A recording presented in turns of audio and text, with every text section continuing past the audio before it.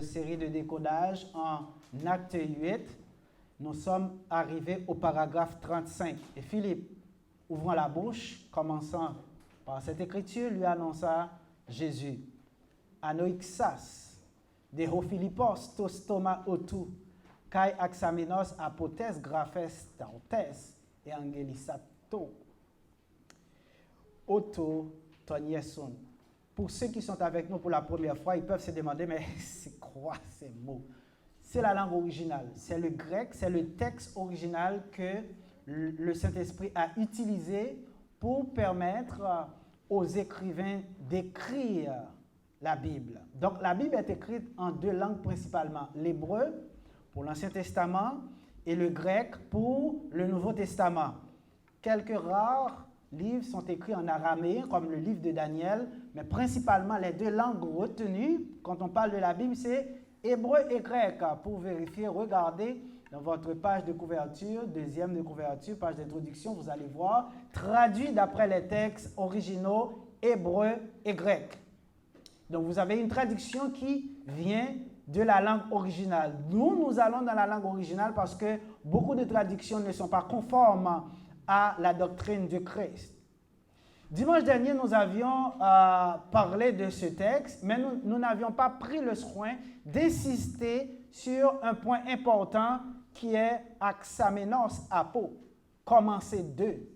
Dans la traduction, vous avez commencé par, mais nous n'avons pas dit par, mais nous avons apo de. Axamenos, c'est le participe aoriste moyen de arko, signifiant commencer, quelque chose qu'on débute, quelque chose qui, comme une action qui est à l'origine de quelque chose. Donc, il y a un commencement ici. Et on voit apo, préposition, se traduisant par des. Apo indique la durée de temps qui sépare l'audition de l'évangile et l'action du baptême. N'oubliez pas, Philippe commence par expliquer l'évangile, mais il commence à partir de l'écriture, du texte que l'eunuque lisait.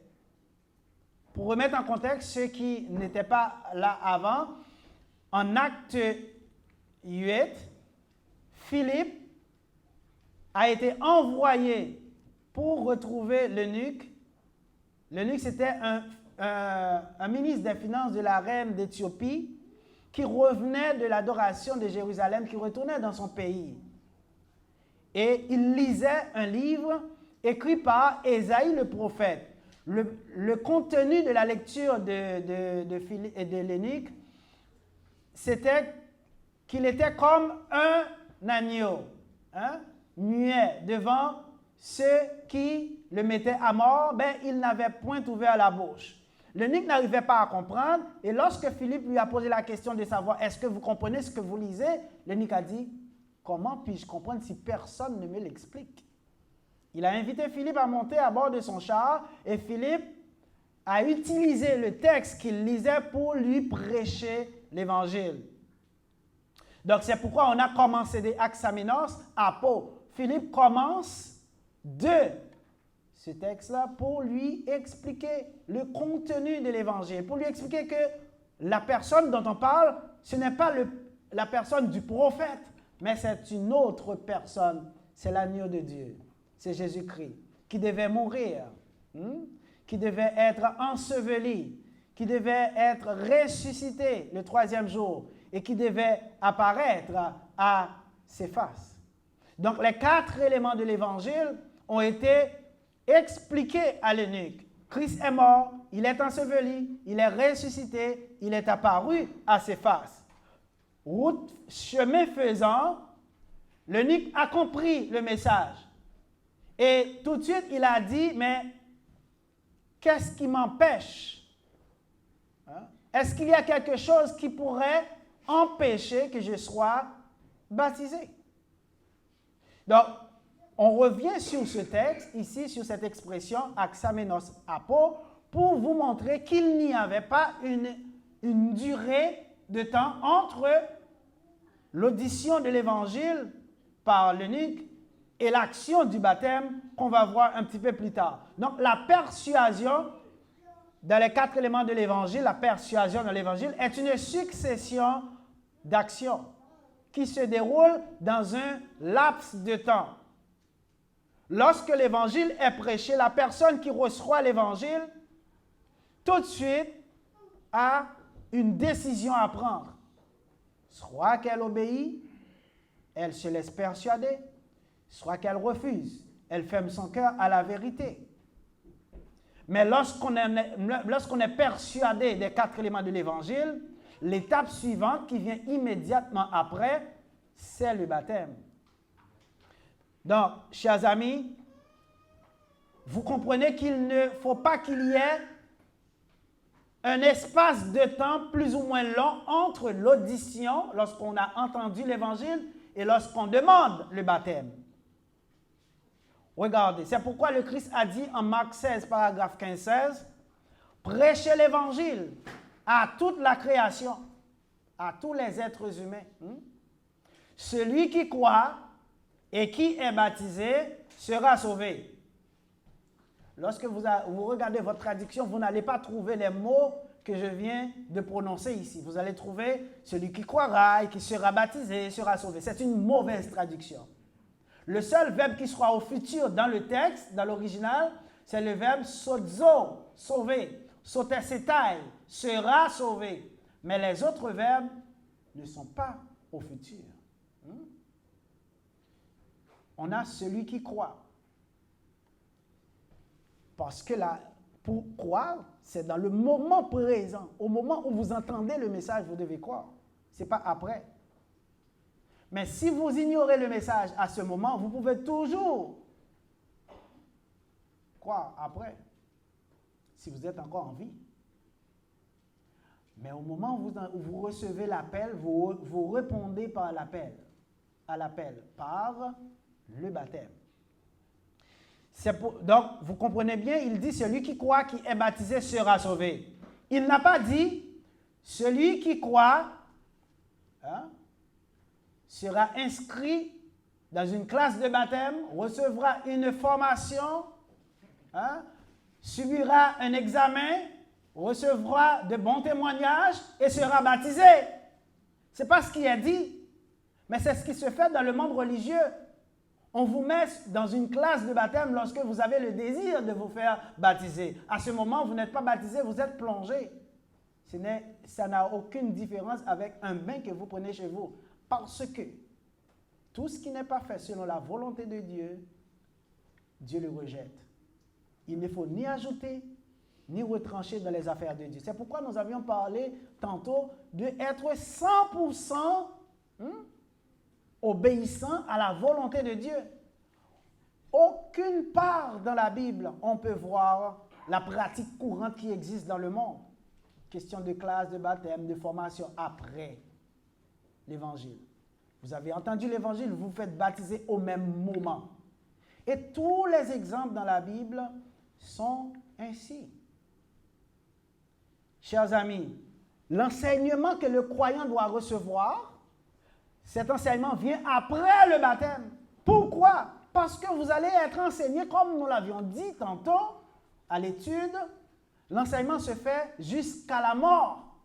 C'est pourquoi nous voyons en Matthieu 28, paragraphe 19-20, en allant, faites de toutes les nations des disciples, les baptisant au nom du Père, du Fils et du Saint-Esprit, et enseignez-leur à observer tout ce que je vous ai prescrit. Parce que l'enseignement se fait après le baptême. Les baptisants, parce que pour faire des disciples, il faut les baptiser. Tout autant que vous n'êtes pas baptisé, vous n'êtes pas disciple, vous n'êtes pas croyant. Parce que c'est par le baptême que vous naissez de nouveau, que vous prenez la nouvelle naissance. Donc, tant et aussi longtemps que vous n'avez pas reçu le baptême selon la volonté de Dieu, vous n'êtes pas une nouvelle créature devant Dieu. Vous n'avez pas une nouvelle identité spirituelle. Mais lorsque vous avez acquis cette identité, vous êtes né de nouveau par le baptême, eh bien, vous êtes ajouté dans le corps, vous allez persévérer dans l'enseignement des apôtres. Acte 2, le jour de la Pentecôte, 3000 personnes ont été baptisées. Le même jour, après avoir entendu le message de Pierre. Et qu'est-ce que le Seigneur a fait? Il les a ajoutés dans le corps. L'Église a pris naissance. Et ils étaient assidus au temple régulièrement. Ils persévéraient, Actes 2:42, dans l'enseignement des apôtres.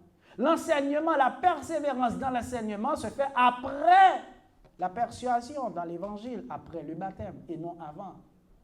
Parce que vous ne pourrez pas comprendre les choses qu'on va vous enseigner avant d'être baptisé. Pourquoi? Parce que l'homme animal ne comprend pas les choses spirituelles. Comment allez-vous comprendre les paroles de la doctrine si vous ne faites pas partie du royaume? L'enseignement vient après le baptême. Si vous êtes enseigné avant, ça veut dire qu'une fois que vous êtes baptisé, vous n'avez plus besoin d'être enseigné. C'est pourquoi certaines personnes, certains groupements religieux enseignent qu'une fois que vous êtes sauvé, vous êtes sauvé. Peu importe ce que vous faites par la suite, peu importe où vous allez, vous abandonnez l'église, mais vous êtes sauvé. C'est acquis. C'est archi faux. Parce que le Seigneur Jésus a dit, si vous persévérez jusqu'à la fin, vous serez sauvés. Celui qui persévérera jusqu'à la fin sera sauvé. Le salut est toujours exprimé au futur. Il n'y a pas vous êtes sauvés, c'est vous serez sauvés. Marc 16, 15, 16, celui qui croit et qui est baptisé sera sauvé. Il n'a pas dit celui qui croit qui est baptisé est sauvé. Vous êtes en état de grâce. Vous êtes en état de salut lorsque vous recevez le baptême. Mais vous n'êtes pas sauvé parce que vous êtes encore vivant. C'est ce qu'on avait expliqué par la question de pureté. Il y a toujours cette possibilité de tomber dans le péché. Mais une fois que vous tombez dans le péché, vous êtes séparé de Dieu. Mais étant sacrificateur pour votre propre compte, vous pourrez encore aller offrir des sacrifices pour pardon de vos péchés. Mais on peut dire, mais il parle de sacrifice, c'est quoi quel sacrifice? Eh bien, on parle ici de la repentance. Parce que le sacrifice a été fait une seule fois pour toutes par le sang de Christ. Vous avez accès à ce sang par l'eau du baptême. Eh bien, maintenant, vous avez l'habileté d'aller devant Dieu personnellement pour lui demander pardon pour vos péchés. Vous n'avez pas besoin d'aller trouver quelqu'un, un prêtre, quelqu'un pour raconter vos péchés, pour qu'il puisse vous pardonner. Un homme ne peut pas pardonner les péchés de notre homme, car tous ont péché et sont privés de la gloire de Dieu. Seul Dieu peut pardonner votre péché. Si vous allez dans les oreilles de quelqu'un pour lui dire « Mon Père, pardonne-moi », mais et lui, qui lui pardonne? C'est un pécheur comme vous. On peut dire « Mais il va trouver leur Seigneur ». Parce qu'il y a quelqu'un qui les appelle « Mon Seigneur », mais ce n'est pas « Mon Seigneur » moi, c'est « leur Seigneur ». Ils vont trouver leur Seigneur pour leur pardonner, mais et leur Seigneur, ils vont trouver qui? Tous ont péché et sont privés de la gloire de Dieu. Ben, ils vont trouver le pape. Ben, le pape, il va trouver qui? C'est un homme. Tous ont péché et sont privés de la gloire de Dieu. On peut me dire, mais lui, il va parler à Dieu. Pourquoi vous ne pouvez pas parler à Dieu directement? Il y a un seul médiateur entre Dieu et les hommes, c'est Jésus-Christ. Et par le sang de Christ, vous avez le libre accès au trône de la grâce. Vous n'avez pas besoin d'autres intermédiaires. Qu'il s'appelle Marie ou Joseph ou peu importe le nom que vous donnez, il y a un seul nom qui a été donné parmi les hommes qui puisse délivrer les hommes de leurs péchés. Un seul nom, il n'y a pas de nom. C'est le nom de Jésus. Yeshua. Yahweh sauve, Yahweh salue. C'est le nom de Jésus qui sauve. C'est le seul médiateur. Chers amis, et c'est ce médiateur qui laisse le moyen de bénéficier de sa grâce. Faites des disciples de toutes les nations, en les baptisant, au nom d'Élohim, au nom du Père, du Fils et du Saint-Esprit. Ça veut dire selon l'autorité du Père, du Fils et du Saint-Esprit. Pourquoi? Parce que dans Elohim, il y a 3 personnes qui agissent comme une seule. Il y a une pluralité de personnes. C'est pourquoi on parle de Elohim, un pluriel de Eloah. Et ça, c'est ce que nous voyons en Genèse 1er. Au commencement, Elohim créa. Bereshit bara Elohim. Elohim créa les cieux et la terre. Et lorsqu'on regarde Genèse 18, à partir du paragraphe 1er, on peut constater que Dieu, Elohim, se présente sous la forme de 3 hommes. Eh bien, on a le Père, Yahweh, on a la parole ou bien le Verbe qui est devenu une personne humaine, qui est Jésus-Christ, et on a l'Esprit d'Élohim qui se manifeste sous une forme de personne aussi pour donner l'Évangile. Donc, les 3 sont d'accord pour instruire. Donc, lorsqu'on a reçu l'Évangile par Jésus-Christ, mais il y a le Saint-Esprit qui devait venir pour parfaire la connaissance des disciples. Donc, les 3 agissent de concert. L'ordre exprimé par notre Seigneur contient des actions successives. Prêcher l'Évangile à toute la création. Donc, la croyance. Donc, le sujet doit manifester sa persuasion, doit se laisser gagner par cette parole, par ce message. Et une fois que le sujet est persuadé, le sujet doit poser une action importante. C'est de se faire baptiser. L'audition de l'Évangile et le baptême se succèdent, comme nous venons de l'expliquer, dans un intervalle de temps très, très restreint.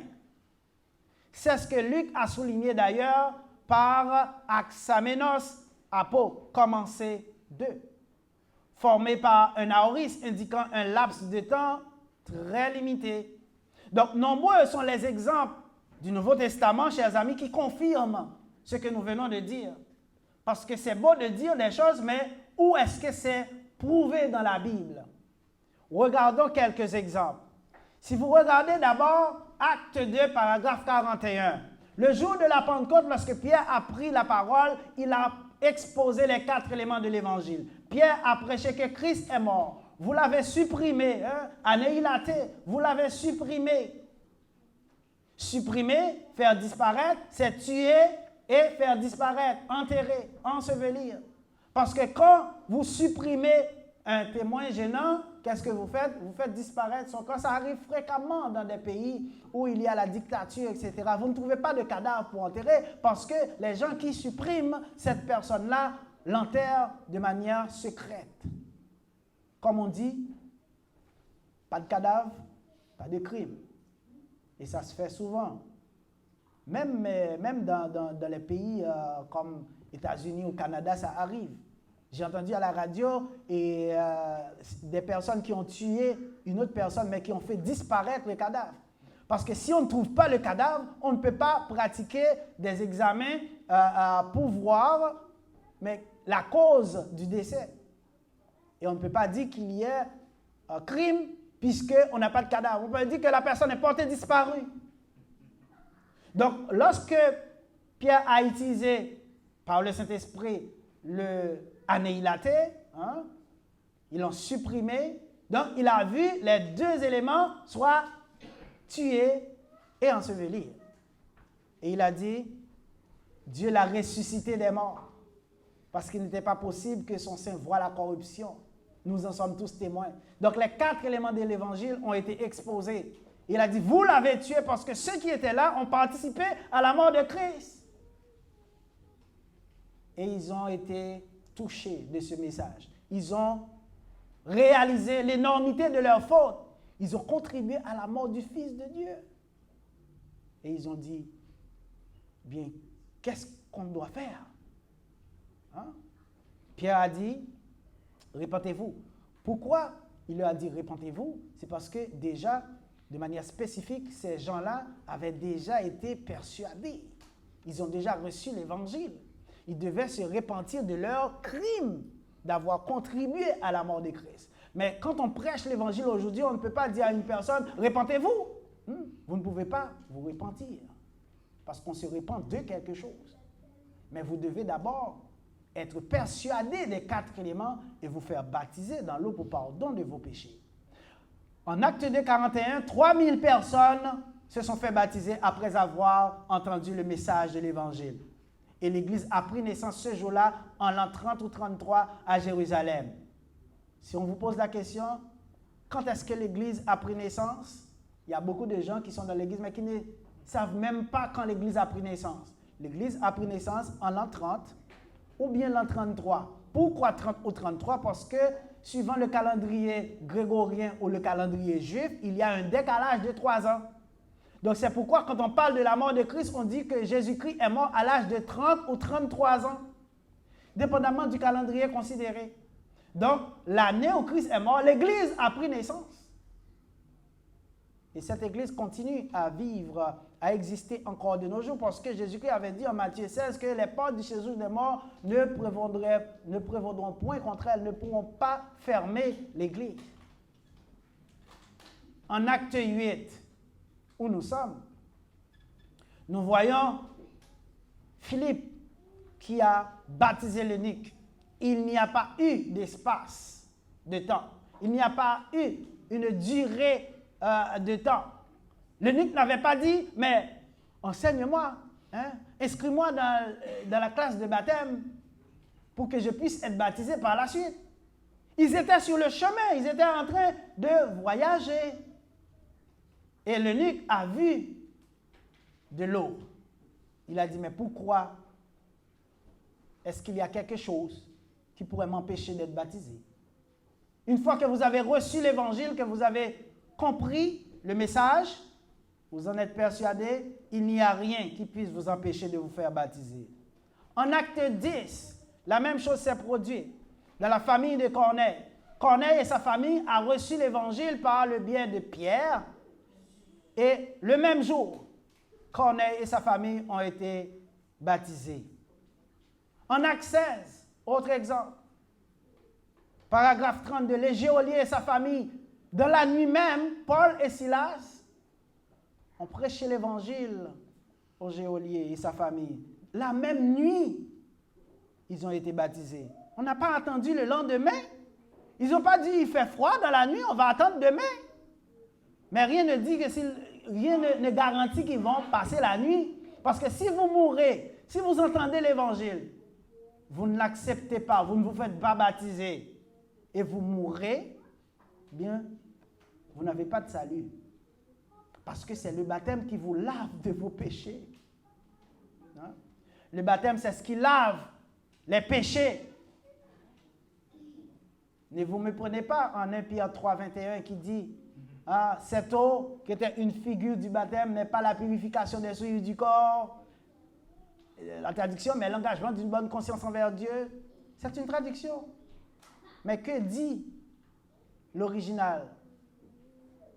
Cette eau qui était une figure, si vous voulez utiliser le même mot, du baptême, qui n'est pas la purification des souillures du corps, c'est correct, parce que quand vous vous faites baptiser, ce n'est pas pour laver les saletés qui sont sur votre corps, mais c'est pour laver les saletés qui entachent votre âme. C'est pourquoi vous ne vous faites pas baptiser en vous lavant avec du savon. Vous êtes juste plongé dans l'eau pour laver vos péchés. Les péchés ne sont pas concrets. C'est un symbolisme. Donc, les péchés entachent l'âme qui est invisible.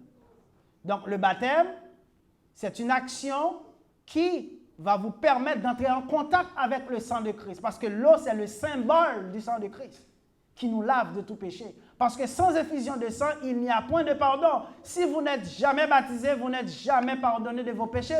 Vous êtes encore dans vos péchés parce que vous n'avez pas rencontré avec le sang de Christ le seul élément capable de nettoyer les péchés. Chers amis, en Acte 18, 8, le chef de la synagogue à Corinthe, sa famille et plusieurs autres personnes ont été baptisées le même jour. Nous vous avons donné ici au moins 5 exemples, 5 références différentes pour vous montrer comment se faisait le baptême après la persuasion dans les 4 éléments de l'Évangile. Donc, le baptême se fait selon l'ordre successif qui existe entre l'audition de l'Évangile et la décision de se faire baptiser. C'est le modèle que nous avons dans la doctrine. Nous n'avons aucun autre modèle. Parce que l'Évangile il doit être appliqué tel que Dieu l'a donné. Sinon, nous croyons en vain. Beaucoup de gens pensent suivre l'Évangile. Beaucoup de gens pensent être chrétiens. Mais ils ne suivent pas l'Évangile tel qu'il a été donné. Et cela nous disqualifie de la grâce de Dieu. Regardons pour voir. En 1 Corinthiens 15, 1 à 5, Paul a dit, « Je vous rappelle, frères, l'Évangile que je vous ai annoncé, que vous avez reçu, auquel vous restez attachés et par lequel vous êtes sauvés, à condition, c'est si, auquel vous êtes sauvés si vous le retenez tel qu'il a été donné. Autrement, vous croyez en vain. Si vous ne retenez pas l'Évangile tel qu'il a été donné, votre croyance est vaine. » Il a poursuivi en disant, « Je vous ai transmis en premier lieu ce que j'avais aussi reçu moi-même. Christ est mort. » Premier élément. Christ est mort pour nos péchés, selon les Écritures. Il a été enseveli. Deuxième élément. Il est ressuscité le troisième jour. Troisième élément, selon les Écritures. Paragraphe 5. Il est apparu à Céphas. Quatrième élément, puis aux 12. Il a dit que ce soit moi ou eux, au paragraphe 11, voilà ce que nous prêchons. Nous prêchons le même évangile. C'est pourquoi c'est l'évangile, ce n'est pas les évangiles. Il y a des gens qui parlent, oh oui, dans les évangiles, parce qu'il y a un évangile selon Matthieu, un évangile selon Marc, un évangile... Non, il y a l'évangile qui est raconté suivant plusieurs aspects par Marc, par Matthieu, par Luc, par Jean. Parce que Jésus-Christ est un personnage multidimensionnel. Chaque évangéliste, chaque personne de Matthieu, Marc, Luc, Jean a privilégié un aspect de Jésus. Mais ça ne fait pas 4 évangiles. D'ailleurs, sous l'inspiration du Saint-Esprit, Paul l'a confirmé, il a dit qu'il y a un seul évangile, mais qu'il y a des gens qui nous troublent par des faux raisonnements, par des faux évangiles. Ils veulent vous faire croire d'autres choses, mais il y a un seul évangile. Tout comme il y a un seul Dieu, un seul Seigneur, un seul médiateur, une seule foi, un seul baptême. Un seul baptême. Certaines personnes, des fois, disent, oui, mais j'étais déjà baptisé. Est-ce que vous avez été baptisé? Comment est-ce que vous avez été baptisé? Quel message vous a amené dans l'eau? Parce qu'il y a un seul évangile. Christ est mort, il est enseveli, il est ressuscité, il est apparu à Céphas. Dans la mort de Christ, nous comprenons que tous les péchés sont pardonnés. Parce que c'est dans sa mort que nous avons la possibilité d'être lavés de nos péchés, d'être purifiés de nos péchés. Par son ensevelissement, nous comprenons que nous ne pouvons pas être disciples secrets. Parce qu'il a été enseveli, d'après Jean 19, paragraphe 38 à 42, il a été enseveli par 2 disciples secrets, Joseph d'Arimathée et Nicodème. Donc, ces disciples qui étaient secrets, qui se cachaient, parce qu'ils ne voulaient pas que les gens sachent qu'ils étaient disciples de Christ, de peur d'être exclus de la synagogue. Mais après la mort de Christ, ils ont dit, mais il n'y a rien à cacher, il n'y a plus rien à cacher, le maître est mort, allons demander ses dépouilles à Pilate pour l'ensevelir. Donc, après la mort de Christ, il n'y a plus de notion de disciple secret. Vous ne pouvez plus dire que moi j'aime Dieu, mais je ne vais pas adorer. Moi j'aime Dieu, mais je ne participe pas à l'adoration parce que je ne veux pas que mes amis sachent que je suis chrétien. Ça ne peut pas vous sauver. Donc, l'ensevelissement a banni ce qu'on appelle la notion de disciple secret. Christ est ressuscité par Dieu, par Yahweh, le 3e jour.